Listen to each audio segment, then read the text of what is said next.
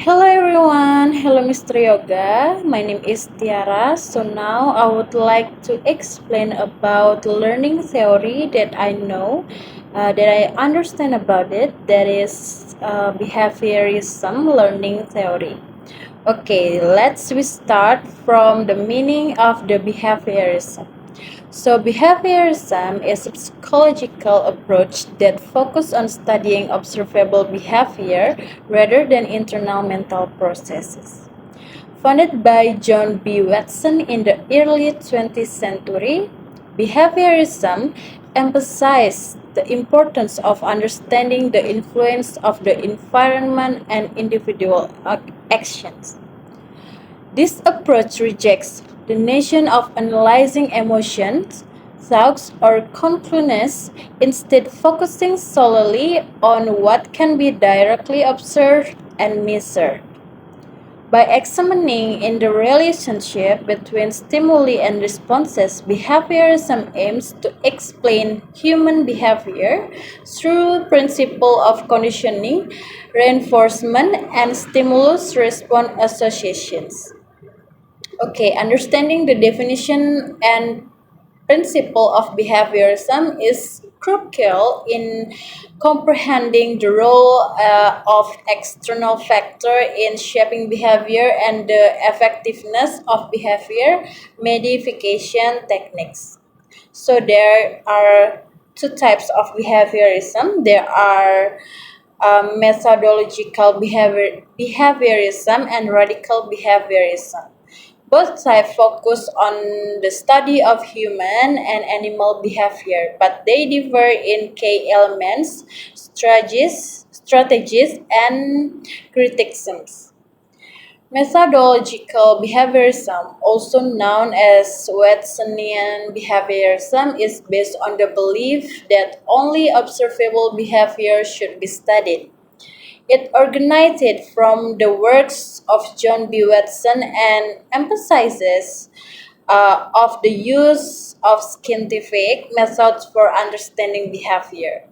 This type of behaviorism includes mental process and focus solely on behaviorism or a response to stimuli. It heavily relies on objective observation and experimentation, and it often uses conditioning techniques such as classical and operant conditioning to explain behavior.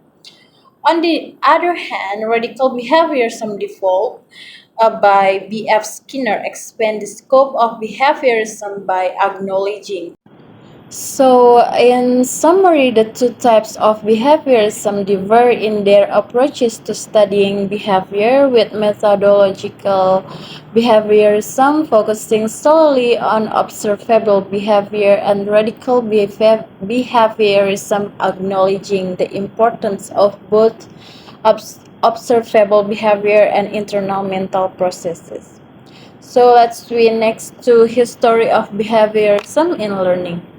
Behaviorism is a learning theory that focuses on observable behavior and in the relationship between stimuli and responses. It began to develop in the early 20th century and was influenced by the work of several key figures. Ivan Pavlov, a Russian psychologist, is renowned for his experiments on classical conditioning. He discovered that dogs could be conditioned to associate a natural stimulus such as the ringing of a bell with an unconditioned stimulus such as food, and this led to the creation of what is known as Pavlovian conditioning, demonstrating the power of conditioning in shaping behavior. Edward Thorndike, an American psychologist, introduced the concept of the law of effect, stating that behavior that is followed by a pleasant consequence is more likely to be repeated, while behavior followed by an unpleasant consequence is less likely to be repeated. This laid foundation for operant conditioning. John B. Watson, an influential American psychologist, is considered the founder of behaviorism. He emphasized the importance of studying observable behavior and rejected the study of internal mental processes. Watson believed that all behavior is learned and he aimed to explain how it could be understood and controlled.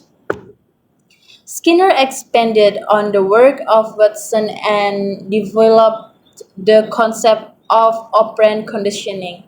He, pro- he proposed the behavior is shaped by consequences and that reinforcement or punishment could be used to increase or decrease the likelihood of certain behaviors. Skinner research on schedule of reinforcement and his invitation of the operant conditioning scamper.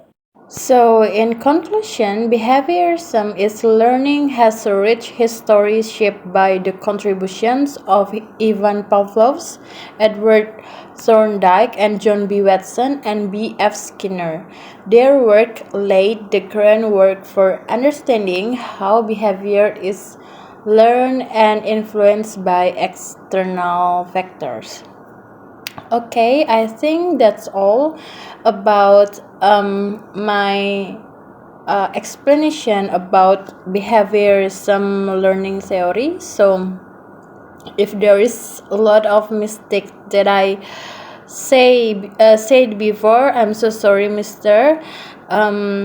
So, I hope I can be learn more about this project. So thank you so much, Mr. Yoga, and see you everyone. Bye bye.